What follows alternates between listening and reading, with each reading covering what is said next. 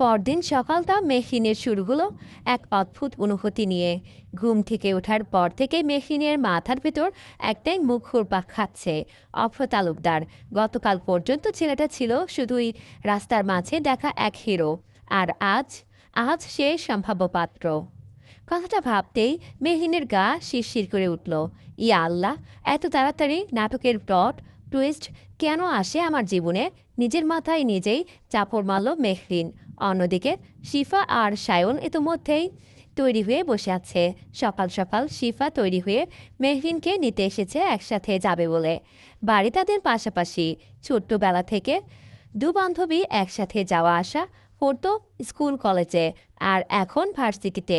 নিচে নেমে মেহরিন দেখলো দুজনের মুখে অদ্ভুত হাসি।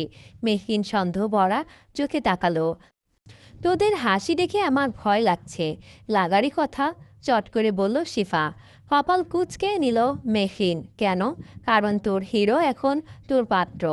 শিফার কথা শেষ হতেই মেহরিন কুশন তুলে ছুঁড়ে মারল। চুপ! সায়ন, শিফা দুজন হেসে উঠল মেহরিনের বিরক্তি দেখে। তাদের হাসতে দেখে চোখ পাকিয়ে তাকালো মেহরিন। অতঃপর তিনজনই ভার্সিটির উদ্দেশ্যে বের হলো। রাস্তা দিয়ে হাঁটতে হাঁটতে মেহরিন মনে মনে দোয়া করতে লাগলো, হে আল্লাহ, আজকে যেন ওই ছেলেটার সাথে দেখা না হয়। বাবা বলেছিল দেখা করতে আসবে, কিন্তু সেটা যেন না হয়। মেহরিন দোয়া পড়তে পড়তে হাঁটতে লাগলো সামনের দিকে। কিন্তু পৃথিবীতে মেহরিনের দোয়া খুব কমই কবুল হয়। এই যেমন এখনই হলো না।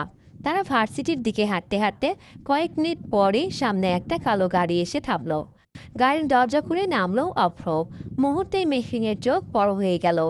ইন্নালিল্লাহ! কি হলো? শিফা জিজ্ঞেস করলো মেহরিনকে। মেহরিন চোখজোড়া বড় বড় করে অবিশ্বাস্য গলায় বলল, হিরো। কোথায়? সামনে। সায়ন সামনে তাকিয়ে হেসে ফেলল। তোর ভাগ্য ভালো, আমার ভাগ্য ভয়ঙ্কর খারাপ, ফিস ফিস করল মেহরিন। অভ্র ওদের দেখে ফেলেছে। মেহরিন সঙ্গে সঙ্গে নিজের ওড়না টেনে মুখের অর্ধেক ঠেকে ফেলল। তারপর শিফার পেছনে গিয়ে লুকানোর চেষ্টা করলো। আমি নেই। কি? আমি অদৃশ্য। তুই গাধা, চুপ কর। মেহরিন নিজেকে আড়াল করার আপ্রাণ চেষ্টা করলো, কিন্তু অভ্র ইতিমধ্যেই এগিয়ে এসেছে তাদের সামনে। ঠোঁটে ভদ্র হাসি ঝুলানো তার। শিফার পিছনে মেহরিনকে আড়াল হতে দেখে ক্রুড় হাসল পুরুষটি। নিরেট গলায় বলল, আসসালামু আলাইকুম। শিফা আর সায়ন সালামের উত্তর দিল। তারাও সালাম দিল ভদ্র গলায়। মেহরিন দেয়ালের দিকে তাকিয়ে রইল, যেন আশপাশে কেউ নেই। সে দেখতে পাচ্ছে না কাউকে। অভ্র হাসল তা দেখে। মেয়েটিকে সে অনেক আগে ছবিতে দেখেছে, পরে আবার কালকে দেখল, কিন্তু কালকে তো মেহরিন কথা বলার সুযোগই দিল না। আর না অভ্র নিজের পরিচয় দিল। তবে কাল মেহরিনের বাবা মনোয়ার শেখের সাথে কথা বলেছে সে। মনোয়ার শেখ নিজেই দিয়েছেন মেহরিনের ভার্সিটির ঠিকানা। আর তাই তো বান্দা এসে হাজির। আপনি কি আজও আইসক্রিম খাচ্ছেন? মেহরিন চমকে তাকালো অভ্রের কথায়। অভ্রের চোখে মৃদু দুষ্টুমি খেলা করছে। মেহরিন কাশি দিয়ে বলল, না, ও আজকে বিস্কুট খেয়েছি। সায়ন মুখ চেপে ধরল। অভ্র হেসে ফেলল মেহরিনের কথায়। আমি অভ্র। জানি। জানেন? জি। কিভাবে? মেহরিন বুঝল বিপদ হয়েছে। বিয়ের কথা তো তোলা যাবে না, তাই দ্রুত কথা ঘুরিয়ে বলল, বাংলাদেশের সবাই জানে। কপাল কুঁচকে নিল অভ্র। আশ্চর্য কণ্ঠে শুধালো, আমি কি সেলিব্রিটি? হতে পারেন, চট করে বলে দিল মেহরিন। অভ্র এবার সত্যি মজা পাচ্ছে। কয়েক সেকেন্ড চুপ থেকে বলল, আচ্ছা, কালকে ধন্যবাদটাও ঠিক মতো নিতে পারিনি। সমস্যা নেই, এখন নিন। আর আপনার নাম বলবো না। শিফা সঙ্গে সঙ্গে পুনই দিয়ে গুঁতো মারল মেহরিনকে। এ সময় অভদ্রতাম করার কোনো মানেই হয় না। শিফার ইশারা বুঝে মেহরিন গলা খাকারি দিল। ভদ্রভাবে বলল, মেহরিন, সুন্দর নাম। আপনার মতোই আপনার নামটাও কিউট। মুহূর্তেই বিব্রত হয়ে পড়ল মেহরিন। কি বলবে তা বুঝে উঠতে পারল না। এমন সময় দূর থেকে একটা কালো গাড়ি ধীরে ধীরে এগিয়ে এলো তাদের কাছাকাছি। পুরোটা না এসে মাঝপথে থেমে গেল। গাড়ির ভেতরে বসেছিল আদ্রিয়ান। আজ তার মেজাজ এমনিতেই ভালো না। ভার্সিটিতে ঢোকার আগ মুহূর্তে হঠাৎ তার দৃষ্টি রাস্তার পাশে গিয়ে থামল। আর পরের মুহূর্তেই মুখ শক্ত হয়ে গেল মেহরিনকে দেখে। মেহরিন দাঁড়িয়ে আছে আর তার সামনে একজন অচেনা যুবক। তারা কথা বলছে, ছেলেটার মুখে হাসি। মেহরিনও উত্তর দিচ্ছে ছেলেটার কথার বিপরীতে। আদ্রিয়ানের চোয়াল শক্ত হয়ে এলো মুহূর্তেই। স্টিয়ারিংয়ের ধরা হাতের শিয়াগুলো ফুলে হেঁপে উঠল। ঘাড় বাঁকালো পুরুষটি, আর সঙ্গে সঙ্গে মট করে শব্দ হলো তার কাঁধে।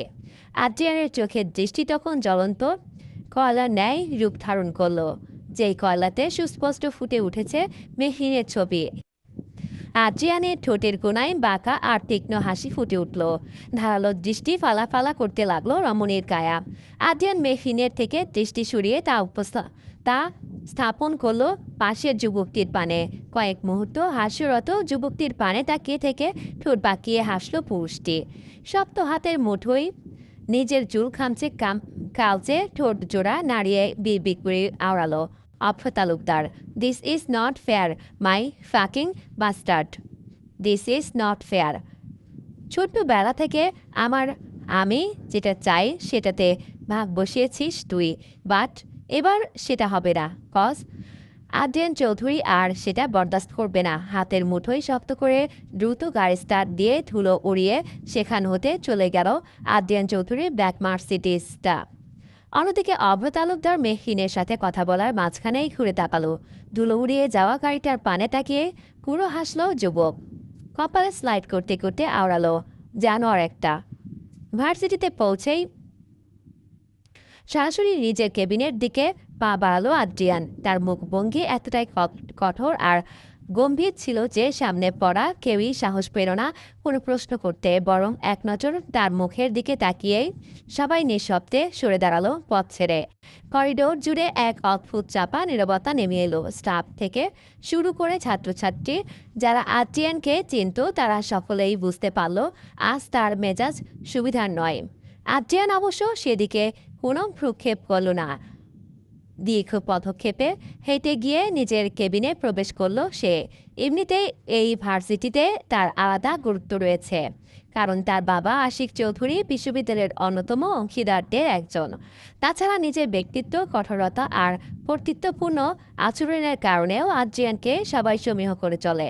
তাই তারা রাগান্বিত মুখ দেখে কারো পক্ষেই সামনে গিয়ে কথা বলার সাহস হলো না, বরং সবাই শুকনো ঢোক গিলে দূরত্ব বজায় রাখায় স্যার মনে করল। আদ্রিয়ান প্রথম ক্লাসে ঢুকতেই ছাত্রছাত্রীরা বুঝে গেল আজ পরিস্থিতি সুবিধার না। সাধারণত আদ্রিয়ান কঠোর, আজ ভীষণ, আজ ভয়ঙ্কর তার রূপ। ক্লাসের মধ্যেই একটা প্রশ্নের ফুল উত্তর মোট 7 জনকে দাঁড় করিয়ে রাখলো আদ্রিয়ান। পুরো ক্লাস এমন নীরবতা নেমে এলো যেন কেউ নিঃশ্বাস নিতে ভয় পাচ্ছে। অন্যদিকে মেহরিন বসে আছে শেষ বেঞ্চে, মাথা নিচু তার। আজকে কেন যেন বারবার মনে হচ্ছে ঝড় আসছে, কিন্তু কি হচ্ছে তা বুঝে উঠতে পারছে না। ক্লাসের মধ্যেই একবার আদ্রিয়ানের চোখে চোখ পড়ছিল তার, তবে তার জ্বলন্ত দৃষ্টিতে 1 সেকেন্ডও টেকেনি মেহরিন, বরং সেকেন্ডের ব্যবধানে চোখ ফিরিয়ে গুটিসুটি মেরে বসে আছে। পাস শেষ হওয়ার সাথে সাথে সবাই দ্রুত বেরিয়ে গেল। মেহরিনও বসা হতে উঠে দাঁড়ালো। তখনই শিফা বলে উঠল, মেহু আয়, আজকে ফুচকা খাবো, আমি সায়নকে ডাকি। শিফা রুম থেকে বেরিয়ে সেকেন্ড ইয়ারের ক্লাসের দিকে এগিয়ে গেল সায়নকে নিতে। অন্যদিকে ফুচকার কথা শুনে মেহরিনের চোখ চকচক করে উঠল। শিফাকে যেতে বলে ব্যাগ গুছিয়ে বের হলো মেয়েটা। করিডোর ধরে হেলে দুলে হাঁটতে হাঁটতে বিড়বিড় করে আওড়ালো। টেনশন সাইডে রেখে ফুচকার মজা নেয় মেহু, আগে খাওয়া তারপর দুনিয়া। মেহরিন গুনগুন করতে করতে 3তলা ভবন থেকে নামতে লাগলো। ঠিক তখনই আগের বারের ন্যায় হুট করেই কারো শক্ত হাতের থাবা বসলো তার মেয়েরই কোমরে। মেহরিন চমকে উঠল, তীব্র ব্যথা অনুভূত হলো শুরু কোমরে। চোখজোড়া বন্ধ করে নিল মেয়েটা। অন্যদিকে পুরুষালী শক্ত হাতের থাবা তখন তার কোমরে আরও গাঢ় হয়ে উঠল। বাতাসের গতিতে তাকে টেনে অন্ধকার আচ্ছন্ন একটা ফাঁকা রুমে প্রবেশ করলো আগন্তুক। মেহরিনের বুকটা ধাপ করে উঠল, ভয়ে ঘাম ছুড়ল কপাল বেয়ে। নাজুক দেহখানা নুয়ে পড়ল। মেহরিন জোরে শ্বাস টানল, সেই সাথে নাসারন্ধে প্রবেশ করলো পারফিউম এর কড়া ঘ্রাণ। মেহরিন আতঙ্কে খামচে ধরল আগন্তুকের শক্ত বাহু। তার নিঃশ্বাস বন্ধ হয়ে যাওয়ার উপক্রম। চোখ মেলে তাকালো মেয়েটা, তবে দেখতে পারলো না কিছুই, শুধু কানে বাড়ি খাচ্ছে গাঢ় নিঃশ্বাসের শব্দ। মেহিনের হৃদয় লাফিয়ে উঠল। কাপা গলায় তুতলাতে তুতলাতে বলল, কে? It's me sweetheart. হিসিয়ে কথাটা বলল আগন্তুক। আর এদিকে হুট করেই মনের সমস্ত ভয় উধাও হলো মেহরিনের। মাথাটা গরম হয়ে গেল আচানক। দাঁতে দাঁত পিষল রমণী। আবার তুই? আগন্তুকের বাহু হতে হাত সরিয়ে আচমকা হিটু তুলে আঘাত করলো স্পর্শকাতর স্থানে। আগন্তুকের মুখ দিয়ে অস্ফুট আর্তনাদ বেরিয়ে এলো। আহ, আউচ! মা গো, হারামজাদা একটা! সেদিনের মতো আবারও আমাকে ভয় পাইয়ে দিতে এসেছিস? তোর তো সাহস কম নয় রে। যাওরা বেডা, নে তোর পটন থেতলে দিয়েছি। দাঁতে দাঁত পিষে কথাখানা বলে তীব্র রাগে ফুঁসতে লাগলো মেয়েটা। অন্যদিকে মেহিনের অতর্কিত হামলায় আগন্তুকের অবস্থা নাজেহাল হয়ে পড়ল। তীব্র ব্যথায় কুকড়ে গেল পুরুষটি।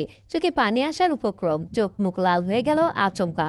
নিঃশ্বাস খিচে অন্ধকারের আড়ালেই হেলে পড়ল পুরুষটি। সাথে মেহিনের বাজে ভাষার গালে তার মাথায় আগুন ধরিয়ে দিল। নিজেকে খানিক ধাতস্থ করে দাঁতে দাঁত চেপে বলল, শালি শ্বশুরের ন্যাংটা হয়ে জন্ম নেওয়া বাচ্চা। আমি তোর ওই হিজড়া সায়ন নয় রে, আমি আবরিয়ান চৌধুরী। আর তুই পটল ক্ষেতলে দিসনি, তুই তোর ভবিষ্যৎ ক্ষেতলে অন্ধকার করে দিয়েছিস। সায়নের বদলে আবরিয়ানের কর্কশ কণ্ঠে ভরকে গিয়ে থমেরে গেল মেহিন। চোখ জোড়া বড় বড় হয়ে গেল তার। এমনি বড় যে দেখলে মনে হবে এখনই তা কোটর হতে বেরিয়ে আসবে। স্ট্যাচুর মতো অন্ধকারেই থমকে দাঁড়িয়ে রইল সে। অন্যদিকে আদ্রিয়ান চোখ বন্ধ করে বেঞ্চে হেলে পড়ল। জানোয়ারের বাচ্চা একটা, দয়ামায় কিচ্ছু নাই শরীরে। মেহিন কাঁপতে লাগলো ভয়ে। আদ্রিয়ান তাকে কেন এভাবে এখানে টেনে এনেছে তা আর ভাবার সময় পেল না। তীব্র ভয়ে ঘামতে লাগলো মেয়েটা। হাত তুলে ঘাম মুছে কাপা গলায় শুধালো, ইয়ে মানে স্যার আপনি? হ্যাঁ আমি। তোর বলা যাওরা বেডা। মেহিনের গলা শুকিয়ে কাঠ হয়ে গেল। হাত পা ঠান্ডা হয়ে এলো ভয়ে। ইয়া আল্লাহ, সে এক পা পিছিয়ে গেল। অন্যদিকে আদ্রিয়ান ব্যথায় কুকড়ে গিয়ে তাতে দাঁত চেপে বলল, তুই তোর দুজনেরই ভবিষ্যৎ শেষ করে দিয়েছিস। আমি আমি আসলে চুপ স্যার, আমি তো ভাবছিলাম। উফ, চুপ কর। আমি জানতাম না। চুপ করতে বলেছি। আমি দেখি। কি দেখবি? আঘাতটা। কথাটা বলেই মেহিন সত্যি সত্যি অন্ধকারের মধ্যে হাতের সামনে এগিয়ে গেল। আদ্রিয়ান আতঙ্কিত হয়ে ছিটকে 3 হাত দূরে সরে গেল। এই থাম। কোথায় লাগছে স্যার? খবরদার সামনে আসবি না। কিন্তু আপনি তো কাদার মতো শব্দ করছেন। আমি কাঁদছি না, একটু আগেই তো মাগো বললেন। এটা রিফ্লেক্স ছিল। মেহরিন আবারও এক পা এগিয়ে গেল। আমি একটু চেক করি। কি চেক করবি? যেখানে লেগেছে। ইয়াল্লাহ! আদ্রিয়ান চোখ জোড়া বড় বড় করে নিল। ঠোঁটে হাত দিয়ে এবার সত্যি সত্যি দেয়াল ঘেঁষে আরও দূরে সরে গেল সে। তুই আর এক পা সামনে আসলে আমি জানালা দিয়ে লাফ দিব আর তোকে কুত্তা দিয়ে দৌড়ানি খাওয়াবো। মেহিন শুক্র ঢোক গিল আদ্রিয়ানের রাগ দেখে। মাথার ভেতর তখন একটাই কথা ঘুরছে, মেহু আজ তোর জীবন শেষ। আদ্রিয়ান দেয়ালে হেলান দিয়ে অনেক কষ্টে দাঁড়িয়ে বলল, মেহু আজকে তোকে আমি। পাখিটা আর শোনা হলো না মেহরিনের, কারণ তার আগেই মেহরিন ঘুরে দাঁড়িয়েছে জানালার দরজার পানে। ইয়াল্লাহ, এবারের মতো বাঁচিয়ে দাও! চিৎকার করে এক দূরে দরজার দিকে ছুটল সে। এই দ্বারা আদ্রিয়ানের গর্জন ভেসে এলো পেছন থেকে। মেহরিন আরও জোরে দৌড়ালো। দাঁড়া বলছি। পারবো না মেহরিন। আম্মা গো! করিডোরে বের হয়েই প্রায় উড়ে চলল সে। এদিকে আদ্রিয়ান কষ্ট করে 2 কদম এগিয়ে এসে থেমে গেল। মুখ বিকৃত করে ফিসফিস করল, শ্বশুরের বাচ্চা নয়, এটা তো জানোয়ারের বাচ্চা। তারপর আবার ব্যথা অনুভব হতেই চোখ বন্ধ করে দেয়ালে মাথা ঠুকল। আমি শিক্ষা দিতে গিয়েছিলাম। দীর্ঘশ্বাস ফেলল আদ্রিয়ান। অতঃপর ফের বলল, উল্টো নিজেই শিক্ষা নিয়ে ফেললাম। আর অন্যদিকে মেহরিন 3 তলা থেকে নামতে নামতে শুধু একটাই দোয়া পড়তে লাগলো, হে আল্লাহ, আজকে যেন স্যার আমাকে খুঁজে না পায়, কালকে যেন আমাকে চিনতে না পারে, পরশু যেন আমাকে ভুলে যায়। আর যদি সম্ভব হয় স্যারকে 2 দিনের জন্য বিদেশ পাঠিয়ে দাও। কথাটা বলেই সিঁড়ি বেয়ে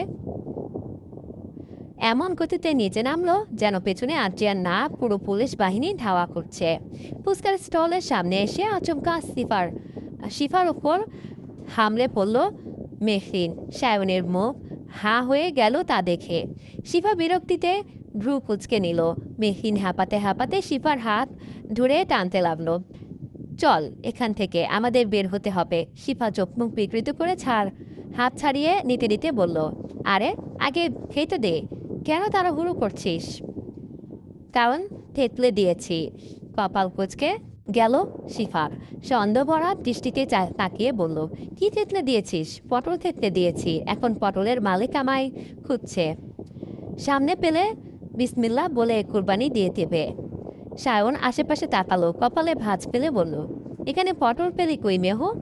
মেহরিন শিফাকে টেনে সামনে নিয়ে যেতে যেতে আওড়ালো, পেয়েছিলাম এক জায়গায়, তোর ভেবে অন্যেরটাতে লাথি মেরেছি।